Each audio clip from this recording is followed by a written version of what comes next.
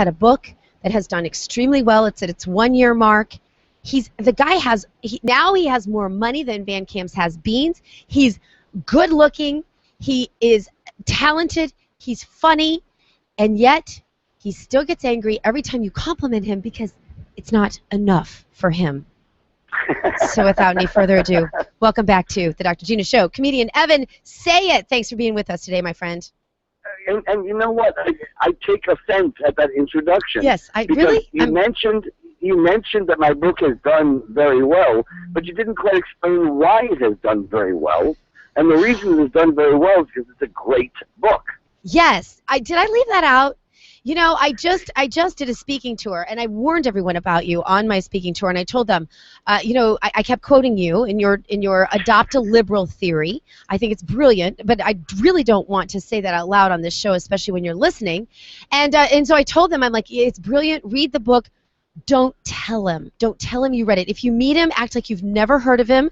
Act like you've never heard of his book. He's a foreign entity. And whatever you do, don't laugh at his jokes. And so I've been out there building you up, Evan. You could just know that. I know, but here's the problem, and I run into this, and I've got a dear friend who has been a friend of mine from before I was a genius. All right, from when I was just, like every other human being. And so he's a touchstone for me. You know how they say you're never a hero in your hometown because they know who you really are? Yes. And and I will apologize to him because I will tell him, well, my book is now a best-selling book. Bill Whittle just said my book is perhaps the most important book I've read in the past 10 years, and I'll catch myself. Catch the perhaps. I hear people like you say that I come off as arrogant and conceited and whatnot, and so I'll apologize to him for sounding arrogant. And he will say to me, Evan, you're not arrogant, you're accurate. When I talk about my speech to the Heritage Foundation, it is the single most viewed lecture in their entire history. So what, Dr. Gina, tell me, help me here. What am I supposed to do? Lie to come off as humble? I don't know the answer, Evan. I see myself as personally called into your life to try and keep you humble. I tell my kids that's why I'm here. They think I'm here to raise them or some silly stuff like that. I'm like, no, my job is to keep you humble and to make sure while the rest of the world thinks you're the greatest thing ever, that I tell you every day, there are gaps, and that's pretty much what I tell my kids. The book. Oh, no, there's no doubt there are gaps. Oh, I never denied there are gaps. Of course there are gaps. But what makes me very, very special is my gaps are bigger than other people's gaps. See, he doesn't stop. There's nothing you can do.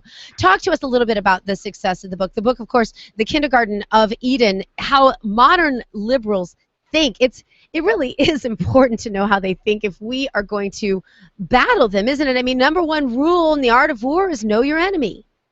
Right. And listen, there are a million books out there. It's funny. I was at a major radio station here the other day, and just killing time waiting for my time on the air, I stumbled into a small office in the back of the room, in the back of the offices, and it was piled high with good and important books, major publishers with major names, important topics, and that was the book. That was the pile they received that day.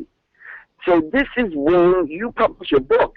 This is what you're saying to somebody who may even already respect you, may even be a personal friend. Hey, read my book. Everybody's saying read my book. These are all the books that are out there. Gina, there's a reason that my book, just like the original speech, became this phenomenon, became this thing that people say is, and there's a simple reason for it. There was a question that we did not know the answer to.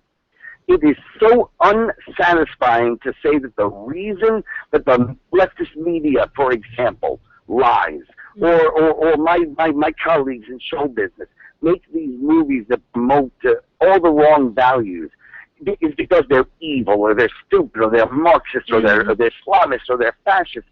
When they're not. They're your friends, they're your neighbors, they're your colleagues.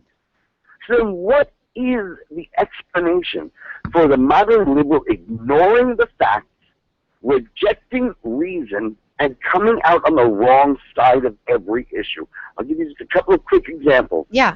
How is it that these people will look at the Middle East with all these Islamic fascist dictatorships surrounding this tiny democracy of Israel. And the liberal will conclude the reason there's not peace in the Middle East is because Israel is oppressing those other people. Mm-hmm. It's factually moronic. It's morally disgusting. And it's completely wrong. And yet, smart, good, decent people like my friends here in Hollywood will come to that conclusion. Well, the reason my book is a phenomenon, the reason my lecture is now the single most viewed lecture in the Heritage Foundation's entire history, isn't because I'm so pretty. I am. You know I am. I'm not as pretty as Ben Shapiro, but pretty. Okay? And it's not because the talk was that entertaining or humorous. It wasn't. It was a wonkish talk. It's because there was this question that nobody else answered. And I answered in a way that made so much sense, was so consistent, that even people smarter than me, not that there really is anybody smarter than me, but being humble, like people like Bill Whittle. It was a humble moment. Ring a bell, somebody. Go ahead. But people like Bill Whittle, who, by the way, he wouldn't lie on my behalf. He wouldn't just roll the log in my favor. Bill Whittle said this is perhaps the most important book I've read in the last 10 years.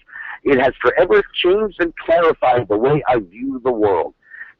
The reason this book, like the talk before it, broke through all these other talks, very, very smart people, is one simple answer. I'm right. And humble. And so tell me this. So today, when we're looking at adding to the debt, this $6.7 trillion for a system that is almost inevitable to collapse upon itself, meaning, of course, Obamacare. When we're looking at, no follow-up whatsoever on really tragic things in our American fiber, such as Benghazi, when we're looking at deaths of children, because we refuse to accept the truth that guns actually do save lives, and our Second Amendment is actually the most important of amendments because without it we have no others. Tell me what's going on in the liberal brain with the newer things that have happened since your book. Well, every single one. Listen, when I first gave that original talk in 2007, I didn't know exactly what I had, and I kept getting emails literally by the hundreds, if not thousands, over now, 7 years or 6 years, that said to me, do you know what you have there? You have the unified field theory of liberalism. And I can talk about what happened yesterday or the day before because it is the unified field theory. So let's talk about Benghazi. In my argument, the modern liberal will invariably side with evil over good, wrong over right, and the behaviors that lead to failure over those that lead to success. They will ignore the facts and reject evidence in order to do so. Mm-hmm. The argument that the leftist media made regarding Benghazi was that this well-armed, well-coordinated, perfectly timed September 11th mass murder of our ambassador and others was not actually a coordinated Islamic fascist attack, but the result of an instantaneous response to a YouTube video that had come out 6 months earlier. It is such a ludicrous concept that a YouTube video that nobody saw that came out half a year earlier was the cause of this mass murderous attack. And yet that was what the leftist media portrayed as the truth. Mm-hmm. So are they really that stupid? No, they're not. Here's the key. They're not allowed to believe that Islam is bad. They're not allowed to believe that anything is bad. So if it was a well-coordinated, well-timed, intentional mass murder, that would make Islam bad. Mm. So they must start with the conclusion that the murderers were provoked. Then they must look for what that provocation must have been, mm-hmm. and the best thing they could come up with was this YouTube video from 6 months ago. Right. So I know it's right. Of course it's right. Well, don't you know who you're talking to? But this is the part. This is the part I really don't understand because they don't seem to mind at all thinking that Christians are bad. Right, because that's the second law of the unified field theory of liberalism. The first law is they're not allowed to recognize anything as better than anything else. Okay, no culture, no religion, no form of government. Okay. They're not allowed to believe anything is better than anything else. Well, now they have a problem. If Islam isn't lesser than, let's say, Judaism, if it isn't, then how are you to explain that the Palestinians in the Gaza Strip are living in squalor while the Jews have Tel Aviv, while the Jews have Philharmonic orchestras? Well, if nothing is better than anything else, then success proves injustice. Yeah, that makes perfect sense. You have a background in psychology at all, Evan? No, I'm just psychotic, so it's kind of Self-study, we call that. I have extensive years of that as well. Comedian Evan Sayet, when are you going to be somewhere doing any comedy stand-up routines for anyone that we might be interested in? I've got nothing planned. I'm celebrating the 1-year anniversary of my book, which takes place tomorrow. I'm writing. I'm enjoying. I've got nothing scheduled except private events.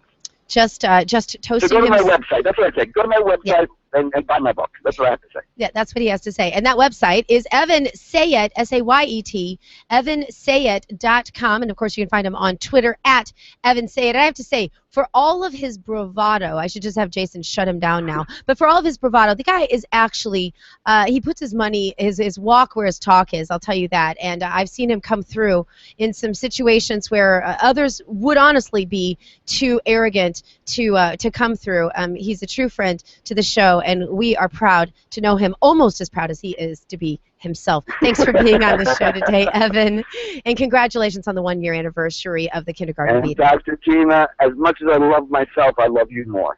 Oh, you're the best. All right, thanks, Evan.